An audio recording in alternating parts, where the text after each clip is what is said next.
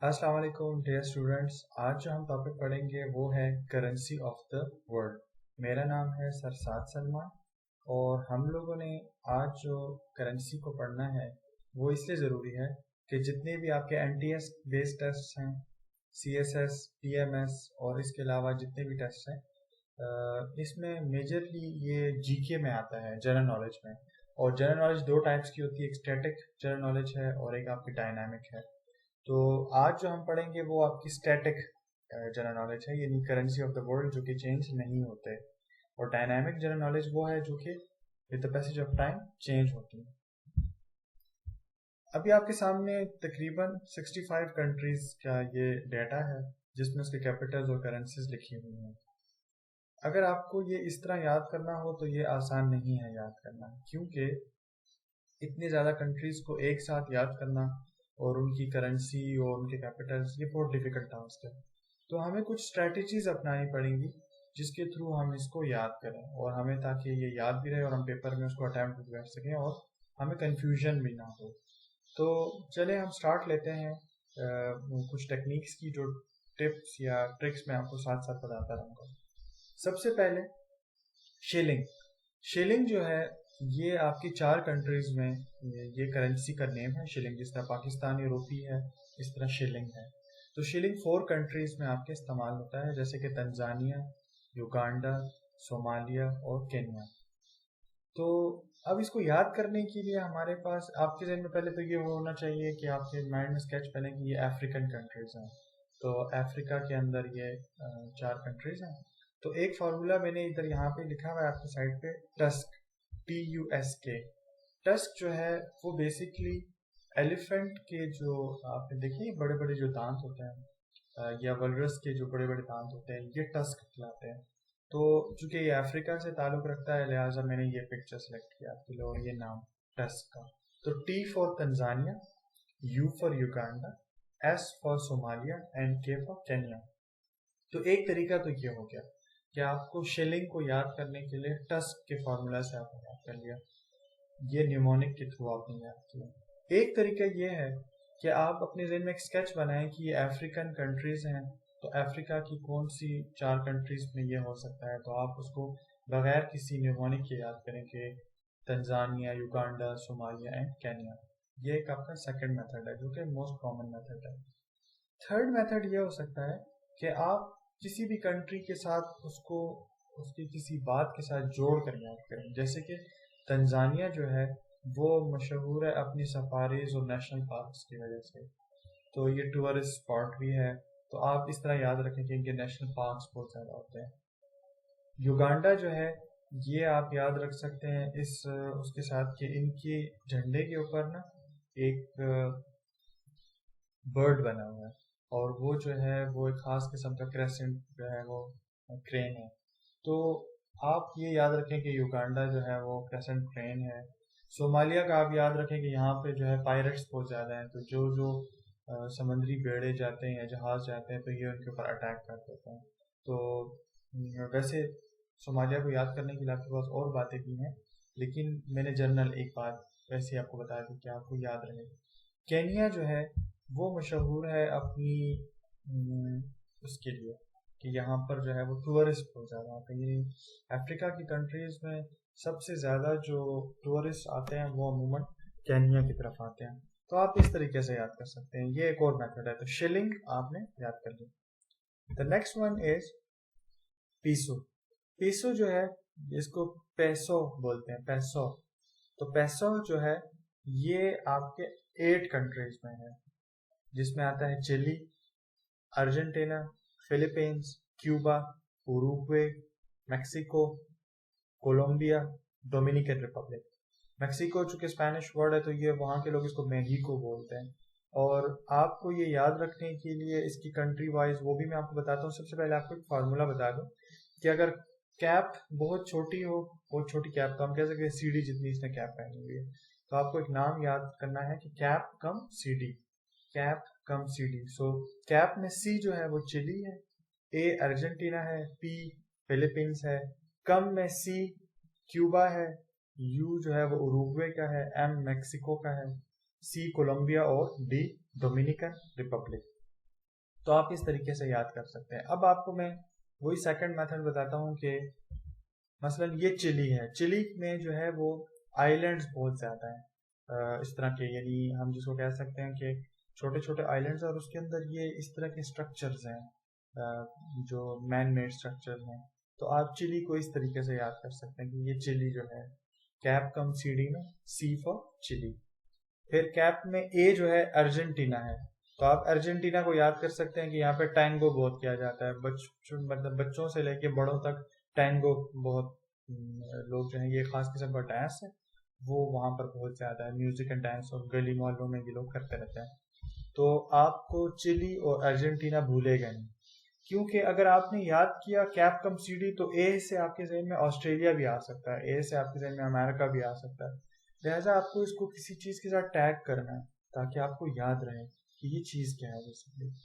इसी तरह फिलीपींस जो है वो मशहूर है अपने आइलैंड्स के लिए, कि यहाँ पे बहुत खूबसूरत खूबसूरत ऐसे आइलैंड्स हैं, बीचेस हैं बहुत ज्यादा खूबसूरत। तो फिलीपींस आपको इस तरह याद रहेगा। तो कैप कम सीडी है, तो कैप में आप देख रहे हैं ये कैप है, कैप में C for Chile, A for Argentina, P for Philippines आ गया। क्यूबा जो है उसके लिए आपको याद कि क्यूबा में बहुत खूबसूरत इस तरह के घर होते हैं, क्यूबा में बहुत कलर्ड बिल्डिंग्स हैं। क्यूबा में जो रेवोल्यूशन लाने वाले जो वो है चे गुवेरा, वो भी आप अपने जहन में रख सकते हैं कि वो जो है उसका ताल्लुक क्यूबा से था, वो एलेजेंड्रो के साथ मिलकर उसने ये रेवोल्यूशन लाया था। तो आप इसको भी जहन में रख सकते हैं, आप ये कलर्ड बिल्डिंग भी जहन में रख सकते हैं। तो कैप कम सीडी में सी जो है वो कम में सी जो है वो क्यूबा हो गया। यू जो है वो उरुग्वे आ गया आपके पास। तो उरुग्वे में उसका नाम ही, उरुग्वे का मतलब ही पेंटेड बर्ड्स है, क्योंकि वहां पे बर्ड्स बहुत ज्यादा हैं, कलर्ड बर्ड्स, तो इसीलिए उसका नाम उरुग्वे है। तो कैप कम एम जो है वो मैक्सिको आ गया। मैक्सिको में इस तरह की पुराने वो एंशियंट बिल्डिंग्स बहुत ज्यादा है, तो वहाँ पे ये डिफरेंट किस्म, तो आप मैक्सिको कैसे याद रख सकते हैं। दूसरा आपको एक मेरा मकसद इस कंट्री के बारे में कहना नहीं है, लेकिन ये बहुत ज़्यादा बॉर्डर क्रॉस करके यूएस आते हैं, तो काफ़ी ज़्यादा उसमें मारे भी जाते हैं, पकड़े भी जाते हैं। ये बहुत ज़्यादा बॉर्डर क्रॉस करते हैं मैक्सिको जो है वो यूएस का, तो आप उसको उस तरह ही तरीके से भी याद कर सकते हैं। तो अब आप देखिए आपके पास Chile, Argentina, Philippines, Cuba, Uruguay और मैक्सिको आ गया। नाउ आखिर में सीडी आ गया आपके पास, सीडी। तो सीडी याद रखने के लिए आपको मैं एक तरीका बताता हूँ कि सी में कोलंबिया, कोलंबिया मशहूर है अपनी कॉफी और चॉकलेट के लिए, तो आप कोलंबिया का जो सीडी है यानी उस फार्मूला में सी से आप कोलंबिया याद कर सकते हैं कि वहाँ पे चॉकलेट या कॉफी बहुत ज्यादा होती है, कॉफी बीन्स बहुत आला क्वालिटी की। और आखिर में डी है डोमिनिकन रिपब्लिक। तो डोमिनिकन रिपब्लिक के बारे में ये आप जहन में रखिए कि इसमें बहुत ज़्यादा एंशियंट बिल्डिंग्स है, यानी इस इलाके में तमाम जो जितने आपको मैंने कंट्रीज बताए उसमें सबसे ज़्यादा एंशियंट हिस्ट्री इसकी है। और आपको ये याद इस तरह रहेगा कि क्रिस्टोफर कोलंबस जो था वो बेसिकली 1492 में सबसे पहले डोमिनिकन रिपब्लिक आया था, और फिर उसने ये अमेरिका, यानी जो हम कहते हैं कि उसने अमेरिका दरियाफ्त किया, तो उसने बेसिकली सबसे पहले डोमिनिकन रिपब्लिक आया था। So we will go back to the peso. हम पैसो की तरफ जाते हैं कि आपके पास आ जाए, सॉरी। तो पैसो जो है वो हमारे पास Chile, Argentina, Philippines, Cuba, Uruguay, Mexico, Colombia, Dominican Republic है। तो आपको याद रखना है इसको कैप कम सीडी से, कैप कम सीडी। पिछला एक ओवरव्यू हम दोबारा से देखते हैं। शिलिंग से हमने स्टार्ट किया था, शिलिंग 4 कंट्रीज में है, उसका फार्मूला मैंने आपको टस्क से बताया था। तो टस्क से अब आप लोग जुबानी अपने जहन में सोचें क्या क्या है। वेरी गुड, अब आपको पता लग गया कि टस्क में जो है टी तंजानिया है, you for Uganda, S for Somalia and के फॉर केन्या। फिर आपने पैसो के बारे में पढ़ा, तो पैसो में 8 कंट्रीज हैं और कैप कम सीडी इसका फार्मूला है, कैप कम सीडी। तो अब आप जुबानी सोचें कि कैप से क्या आता है। कैप, कैप में सी चिली है, ए फॉर अर्जेंटीना और पी फॉर फिलीपींस। कम में C Cuba, U Uruguay, M for Mexico. और CD में C for Colombia and D for Dominican Republic. तो अब आपने दो फॉर्मूलेज याद कर लिए, एक आपने टस्क याद किया फॉर शिलिंग और पेसो के लिए आपने कैप का CD याद कर लिया। अच्छा, अब हम आगे जाते हैं, जो हमारा थर्ड मॉड्यूल है हम उसकी तरफ चलते हैं। ठीक है, थर्ड हमारे पास है रूपी। रूपी में हमारे पास 8 कंट्रीज बेसिकली आती हैं। इसके लिए आपके पास डिफरेंट फार्मूलाज हैं, आप पिम्स एन से भी याद कर सकते हैं, सिम नो प्रॉब्लम NP से भी याद कर सकते हैं, मिसिंग प्राइम मिनिस्टर या मिसिंग मिलिट्री पुलिस MP करके आप उसको याद कर सकते हैं, जो भी आपकी मर्जी हो। इनमें जो कंट्रीज आती हैं उसमें एक आता है आपके पास Pakistan, India, Indonesia, Maldives, Mauritius, Sri Lanka, Seychelles और नेपाल। सेशल्स जो आपका है इसका ये भी रुपी है, नेपाल का नेपालीज रुपी है सारे, लेकिन आपने देखा हो तो मालदीव्स का आपके पास मालदीवियन रुफिया है, रुफिया, और इंडोनेशिया का जो है वो रुपिया है। तो है बेसिकली रुपी ही, तो इसीलिए मैंने इसको एक ही जगह पर सबको रखा है। तो आपको ये याद रखने के लिए मिसिंग प्राइम मिनिस्टर या मिसिंग मिलिट्री पुलिस MP के साथ आप याद कर सकते हैं। तो M जो है वो आपके पास आ जाएगा मालदीव्स के लिए, और यहाँ पे PM में जो M है ये आपके पास मॉरिशस के लिए आ जाएगा। I जो है यहाँ पे इंडिया के लिए, और ये I आपके पास इंडोनेशिया के लिए आ जाएगा।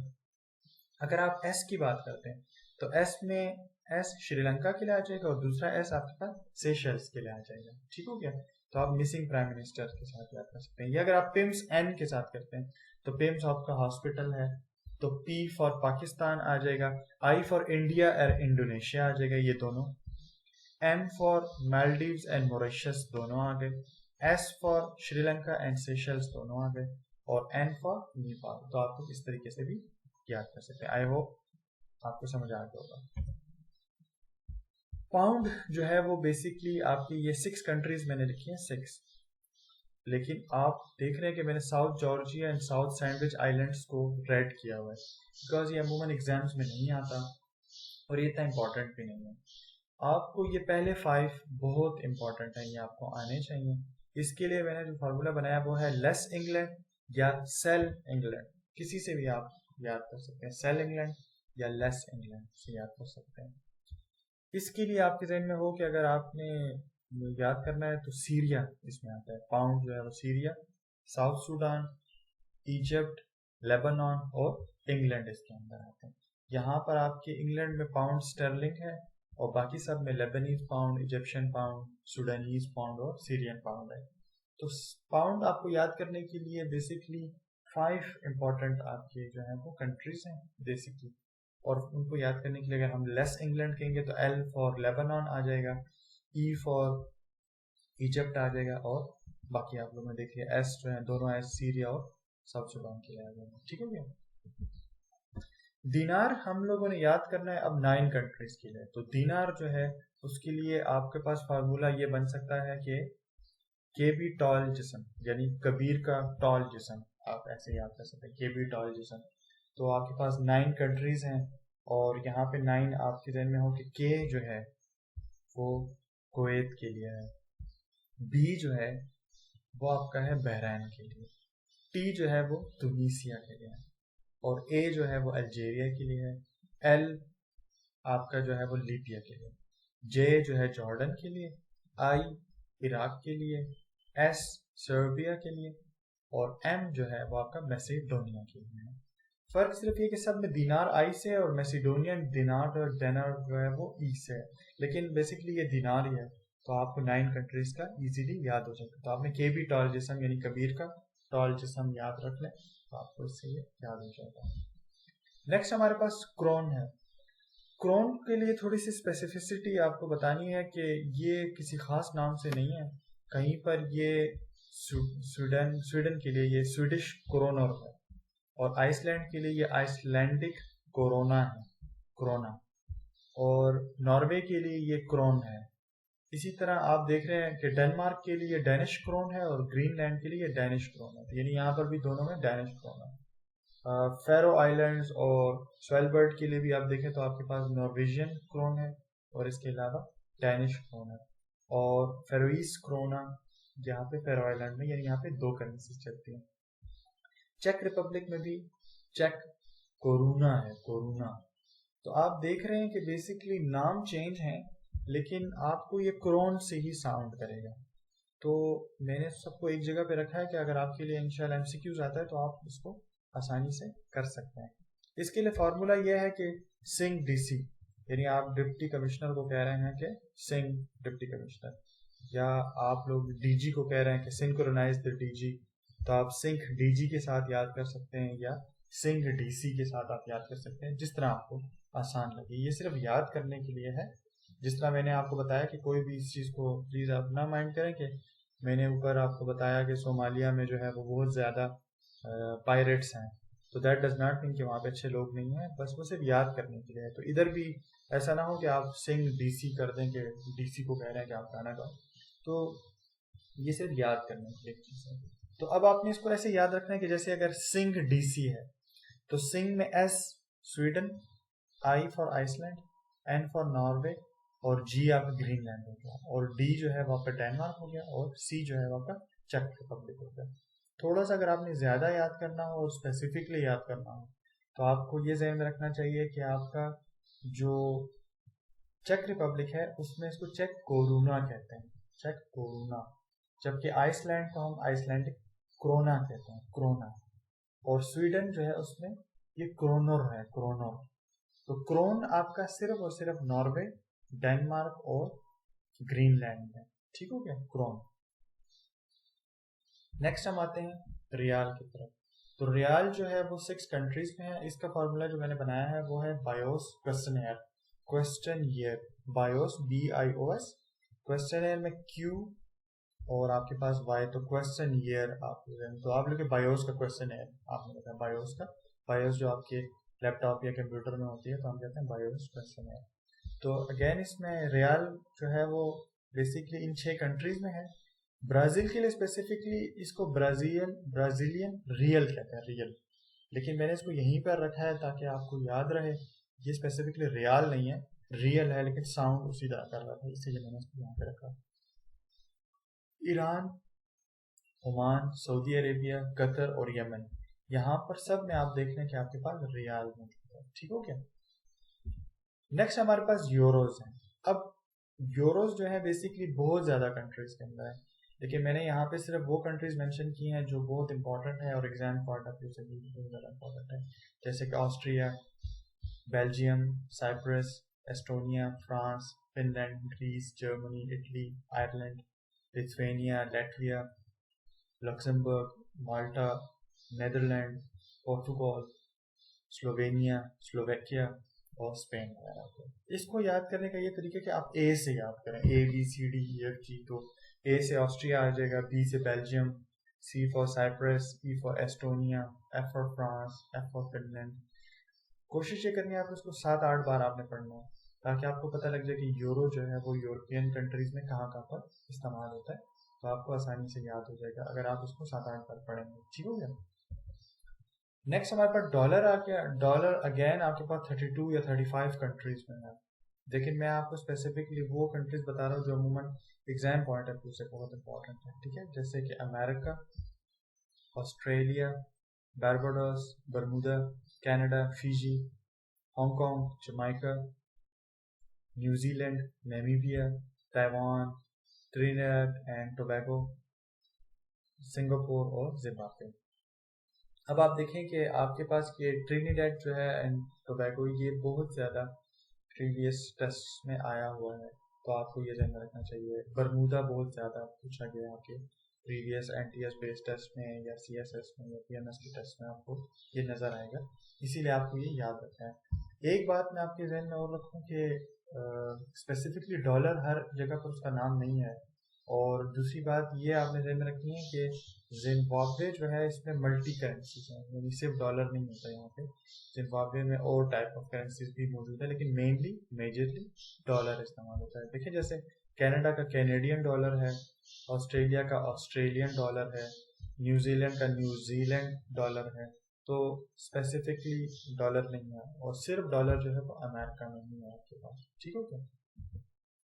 लास्ट अब हमारे पास कुछ ऐसे नाम जो अमूमन हर कंट्री में थोड़े से डिफरेंट हैं। जैसे बांग्लादेश में टका है, चाइना में युआन है और रेनमिनबी भी है, जापान में येन है, म्यांमार में कैट है, रशिया में रूबल है, स्विट्जरलैंड में स्विस फ्रैंक है, साउथ एंड नॉर्थ कोरिया में वॉन है, टर्की में लिरा है, थाईलैंड में बाहट है और यूएई में दिरहम है।